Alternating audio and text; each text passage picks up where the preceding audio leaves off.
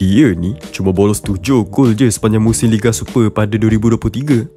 Nama dia Ahmad Shihan Hazmi bin Muhammad atau dikenali sebagai Shihan Hazmi, merupakan anak kelahiran Kelantan, berumur 29 tahun dengan ketinggian 185 cm.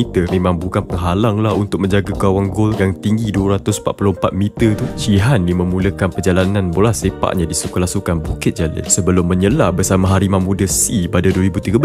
Karier profesionalnya bermula di Kelantan FC pada 2016. Namun perjalanan dia tak semudah tu. Ketika dia bersama pasukan Negeri Sembilan pada 2017, Shihan berdepan dugaan besar apabila dikenakan pergantungan 20 bulan akibat isu doping di FC. Dia kembali bersama Negeri Sembilan pada 2022 dan menunjukkan kebangkitan luar biasa dengan banyak clean sheet. Prestasi tersebut membuka jalan ke JDT pada 2023. Sinilah di mana 19 clean sheet daripada 24 perlawanan, hanya 7 gol dibolosi dan telah dinobatkan sebagai penjaga gol terbaik Malaysia untuk 2022, 2023, 2024 hingga 2025.